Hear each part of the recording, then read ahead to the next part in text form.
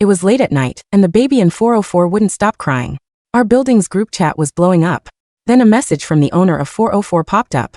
"I'll strangle him right away. Promise it won't bother you guys anymore." Silence, dead silence. And then just as suddenly, the crying stopped. A few minutes later, hesitant messages trickled in. 302 dude. Seriously, don't joke about stuff like that. It's creepy. FM05. Just sue the baby. No need to get all worked up. 601, concerned at 404. You okay, neighbor? Need any help? 402, sounding panicked. It really did just go quiet. I can't hear anything. Something actually happened. How can a baby just stop crying like that? More silence. My heart was pounding. I lived in 401, right next door to 404. I vaguely remembered the family in 404. A weird trio. The dad was this tall, skinny, quiet guy. Even when he politely said hi and mentioned his wife and baby, it felt forced and awkward. I'd never seen the mom. Maybe she was just constantly busy with the baby. It was a strange family, and thinking about it, the dad could be capable of something extreme. Thankfully, 504 broke the silence. At 404, don't scare us like that, and then go to sleep. Explain yourself, or I'm calling the cops. 404 finally replied, just kidding. Wife got up to feed and soothe him. He's quiet now. I let out a breath. I didn't realize I was holding. But the group remained silent. Everyone was probably still freaked out. Just as I was about to put my phone down, a notification popped up from another group chat. The one we used to organize a furniture group by when we all moved in. 404 wasn't in this group. It was 504 again. Guys, something's not right with 404. 402, what do you mean? 504 fired off several messages. Baby cried for half an hour, and the mom didn't feed him. Babies don't just stop crying abruptly like that. They usually quiet down gradually. Even when they're eating, something feels off. There were only 8 of us in the group by chat. Our building was fairly new and not many units were occupied yet. 6 floors, 4 apartments each. And only 10 families had moved in so far. Mostly single guys. 3 of us were on the 4th floor. Me and 401. Mysterious family in 404 and 402. A regular single guy. After 5 o'clock, 4's message for 02 replied. Don't be crazy. You think he actually, killed his own son? 601 chimed in, you never know. A few days ago I saw the guy from 404 kill a cat. 402 seemed shocked. Dude, stop messing with me. 302 countered. So what if he killed a cat? That doesn't mean he'd kill a person, and it's his own son. 601 quickly explained. First, that's not what I meant. I'm saying he might have violent tendencies. Second, his relationship with his wife seems strained. I've never seen them together. And finally, has anyone actually seen his wife? That got everyone thinking. I racked my brain, and even as a neighbor on the same floor, I'd never seen her. 504, 402 and 302 all confirmed they hadn't either. Everyone agreed it was weird. Finally, 302 suggested, should we call the police? But 504 hesitated. What if it's nothing? Isn't that wasting police resources? I thought he was the one most concerned about the situation. As everyone debated, 402 said, this is ridiculous. They live right next to me. I'll just go ask. 504, okay, be careful and see if you can figure out what's going on. 601 and 302 told him to be polite and just express concern, not accuse anyone of anything. I was wide awake now. I jumped out of bed and tiptoed to the front door. Because of the fire escape landing, our peoples didn't face each other's doors. I didn't open the door. I just pressed my ear against it. I heard a door close. That had to be. 402 was polite enough to knock gently instead of ringing the doorbell. Then something strange happened. There was no conversation. I didn't hear 404's door open, but I distinctly heard it close. Again. I was baffled. That was it. Were they whispering or was something else going on? Then a new message popped up in the group chat. 402, everything's fine. We were worried for nothing. Go to sleep, everyone. I stared at the screen, frozen. I hadn't heard 402 come back and open his own door. He definitely closed it when he left. How could he be back inside without opening it unless he was inside? 404, my stomach dropped on the screen. 601 and 302 said, good to hear, night night. Only 504 remained silent. Then I noticed a private message from him. You're not asleep, are you? Fellow night owls unite. I know you're not asleep. Saw the messages, right?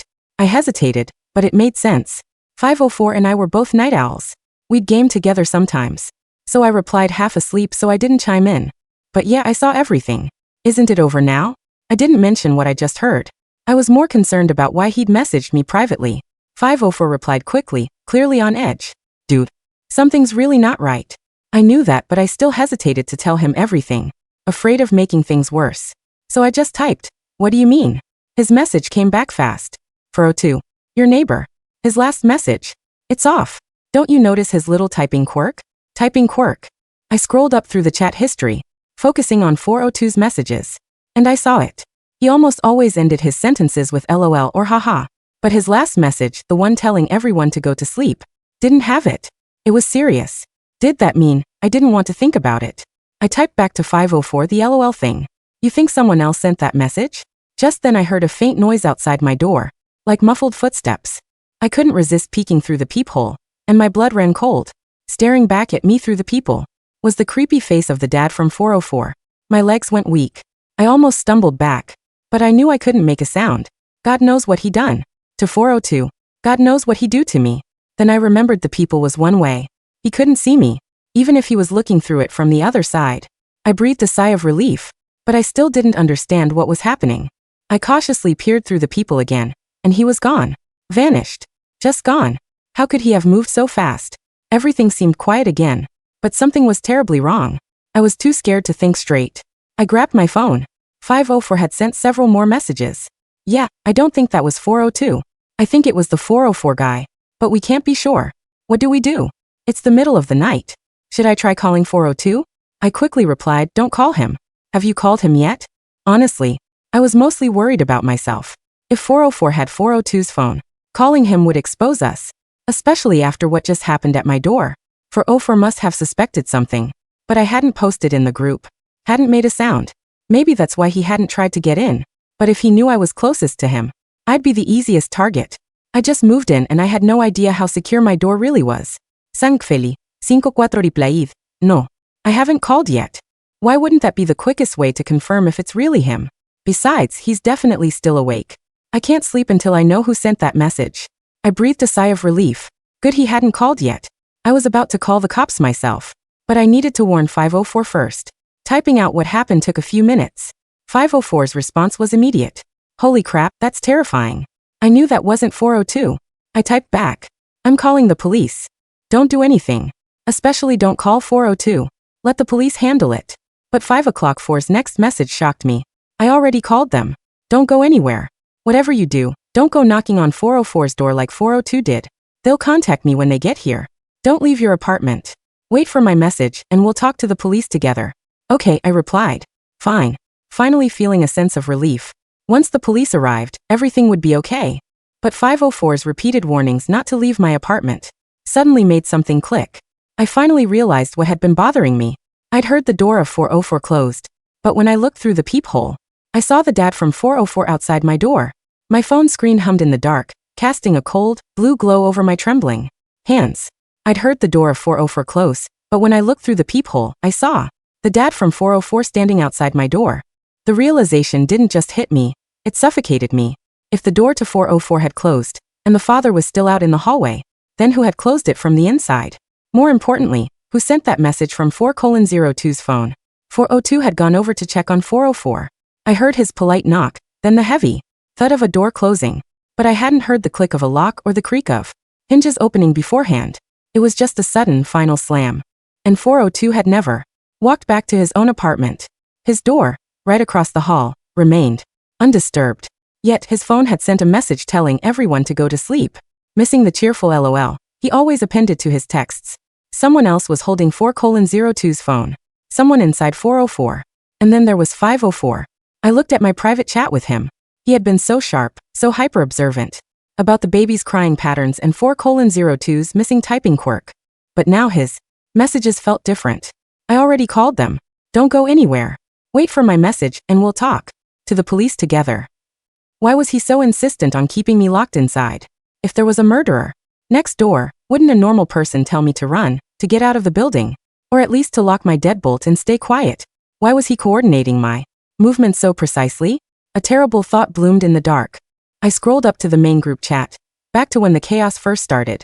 504 had been the one driving the narrative. He was the one who pointed out that the baby's crying stopped too abruptly. He was the one who fueled the suspicion against the 404 father. He was the one who practically dared 402 to go over and knock on the door. He wasn't trying to solve a mystery. He was directing a play. My thumb hovered over the keyboard. My chest ached with the effort of breathing silently. I needed to test him. I needed to know if the man I occasionally played video games with was still the one on the other end of the screen. I typed out a message to 504. Hey man, I'm really freaked out. Remember that co-op campaign we were supposed to finish tomorrow night? Can we play it early? If the cops get this sorted out, I need a distraction. We didn't have a campaign scheduled. We hadn't played a co-op game together in 3 months. The 3 dots appeared almost instantly. 504. Yeah, definitely. We'll grind through it first thing tomorrow. Just stay put until the cops get here. They're almost at the building. The ice in my veins turned to absolute stone. It wasn't him. 504 was gone. If 504 was gone, and 402 was trapped in 404, and the dad from 404 was wandering the hallway like a ghost, who was running this building?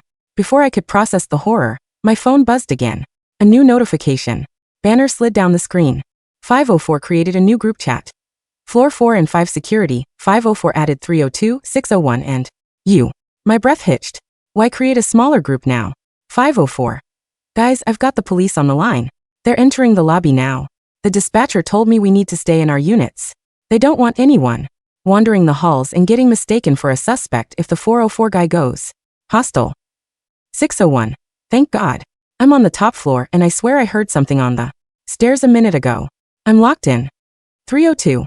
Are they going straight to 404? 504. The officer said they'll check in with me first since I made the call. Then they'll head down to the 4th floor. At 401, you're right next door to them. The cop might knock on your door first to ask what you heard. Just be ready. I stared at the messages. Every syllable felt like a trap snapping shut. They wanted me to expect a knock. They wanted me to open my door without hesitation. When the police arrived, I crept back toward the entryway, sliding my feet along the cold floorboards to avoid any creaks. The apartment was pitch black, save for the rhythmic green blinking of my router. I pressed myself against the wall beside the front door, my ear a mere inch from the wood. A low hum vibrated through the floorboards. The elevator was moving. Ding. The sound of the elevator doors sliding open on the 4th floor echoed down the corridor. Then the rhythmic, heavy click of leather soles on the tiled floor. Clack. Clack. Clack. It was a solitary pair of shoes. Steady. Unhurried. I leaned in, pressing my eye against the cold brass of the peephole. The hallway was dimly lit by the yellow, energy-saving bulb overhead. A figure walked into my field of vision. He wore a dark, navy blue utility jacket with a high collar, a tactical belt, and a peaked cap pulled low over his eyes. It looked like a police uniform, but there was no metallic shine to the badge on his chest. It looked like cheap plastic. The man didn't look toward my door. Instead, he stopped directly in front of 404. He didn't draw a weapon. He didn't knock. Instead, he stood there for a moment, adjusted his cap, and then spoke in a loud, clear, performative voice that easily cut through the thin apartment doors. Police department. We received a report of a noise disturbance at this address. Is everyone all right inside? He paused, leaning his ear close to the door of 404. I see, the man said aloud, his voice dripping with artificial warmth. The child is sick. Understood. We apologize for the intrusion. Please keep the noise down if possible. Have a good night. My jaw tightened. He was talking to an empty doorway. He was putting on a show. For me, knowing I was listening behind my door, trying to make me believe the police had checked 404 and found nothing but a sick baby. But then the man pulled a radio, or a phone, from his pocket. He pressed it to his ear and muttered in a voice so low it was barely a vibration through the wood. He's still inside 401. I'm going to finish it now. He hung up. I watched through the peephole as the officer turned toward my door. But as he took his first step, a tall, slender shadow materialized from the dead angle near the fire escape. It was the dad from 404. He was wearing the same faded, striped t-shirt I'd seen him in a week ago. He stood entirely rigid, his head tilted at an unnatural, awkward angle. He didn't make a sound. He simply drifted behind the fake police officer, his hollow eyes locked onto the back of the man's neck. The fake cop didn't seem to notice. The temperature in the hallway must have plummeted, because I could see the faint, white mist of the cop's breath as he neared my door. Yet he walked right past the silent figure of the father, completely oblivious. The fake cop stopped directly in front of my door. Knock. Knock. Knock. Resident of 401? This is Officer Zhao. I need to ask you a few questions regarding your neighbor. I froze. My heart was beating so violently I was certain he could hear it. Through the door, I looked down at my phone. It was buzzing in my palm. A private message from 302 had popped up. 302. Hey, are you seeing this? Look at the group chat. I quickly opened the floor 4 and 5 security chat. 601. Did the police find anything? I heard them talking downstairs. 504. Yeah, the cop just messaged me. It was a false alarm. The kid is just sick. Everyone can go back to sleep now. But then 302 threw a wrench into the gears. 302 wait. At 601. Why are you talking like that? 601. What do you mean? 302. You're not using your lists. You always write with first, second. Finally. You did it literally 10 minutes ago when we were talking about the cut. Now you're just typing short sentences. And at 504, how did the cop message you? Since when do patrol officers text civilian reporters instead of just calling or speaking to them? A heavy silence descended on the chat. 302. Something is seriously wrong. At 401, did you open your door? Don't open your door. 302. And another thing. There's only one cop. I looked out my window. There's no patrol car downstairs. Cops never dispatch a single officer to a potential domestic homicide call in the middle of the night. It's a minimum of 2. This guy is fake. 302. I'm calling the real 110 right now. Do not trust anyone in this chat. Outside my door, the fake cop's hand hovered over the wood, ready to knock. Again. But then his phone buzzed. He pulled it out, looked at the screen, and his posture instantly stiffened. Through the peephole, I saw him text something furiously. In the group chat, 6:01's account suddenly posted. 302, you're being paranoid. Stop trying to cause panic.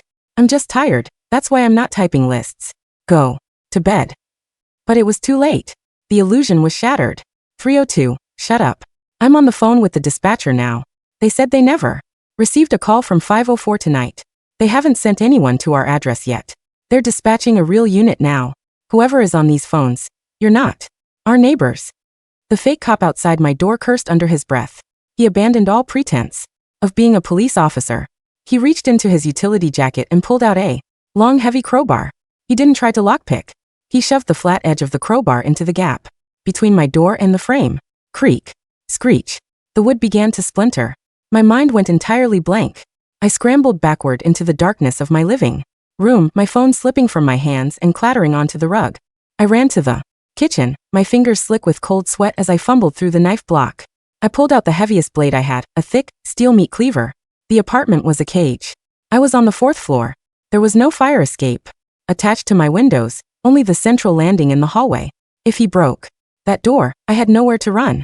Then a sudden, wet thud echoed from the floor above. It sounded like a heavy sack of flour being dropped onto the ceiling of my kitchen. My phone lying on the rug lit up again. 302. Oh my God. I heard a scream from 601. Did anyone else hear that? It sounded like someone got thrown against the wall. The splintering at my front door stopped. The fake cop in the hallway paused, his crowbar wedged deep into the frame. He pulled out his phone again, his face pale under the yellow hallway light. He muttered into his receiver. What was that? Did you find 402? No. Then who is making that noise on the 6th floor? He listened for a moment, then growled, Fine. I'm coming up. But we need to hurry. The real cops are coming. He yanked the crowbar out of my door, leaving a jagged, yawning scar in the wood, and bolted toward the stairs.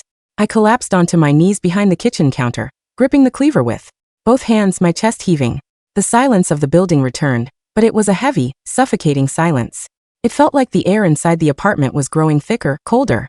The green light of my router seemed to cast long, dancing shadows across the walls. I crawled across the floor and retrieved my phone. The floor 4 and 5 security chat was a graveyard of automated terror. 302. The line to the police went dead. No, wait, my reception is dropping. Is anyone there? At 401. Please tell me you're okay. I typed back with trembling fingers. I'm alive. The fake cop was at my door. He was trying to pry it open, but he ran up to the 6th floor. 302. Lock your doors. Put everything you have against the door. There was no reply from 302. Instead, a message came from 5:04's account. 504. We know you're awake, 401. And we know you're alone. My breath hitched. 504. We have the master keys. The leasing office was very accommodating before. We broke their necks. We don't need to pry your door open. We're just choosing who goes next. 601. It's a nice view from up here. The balconies are so close together. Did you know you can climb down from the 6th floor to the 4th in under 30 seconds? The concrete ledges are very wide. The realization hit me like a physical blow. Our building was a cheap, modern construction.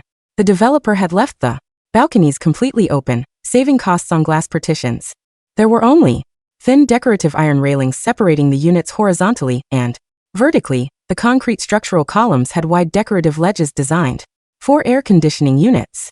If they couldn't get through my front door, they didn't need to. They could climb down from 601 to 501, and then straight onto my balcony. Suddenly, a soft, scraping sound drifted in from the darkness of my living room. Scritch. Slide. It was the sound of rubber soles dragging against rough concrete. I turned my head slowly toward the sliding glass door of my balcony. I hadn't drawn the curtains.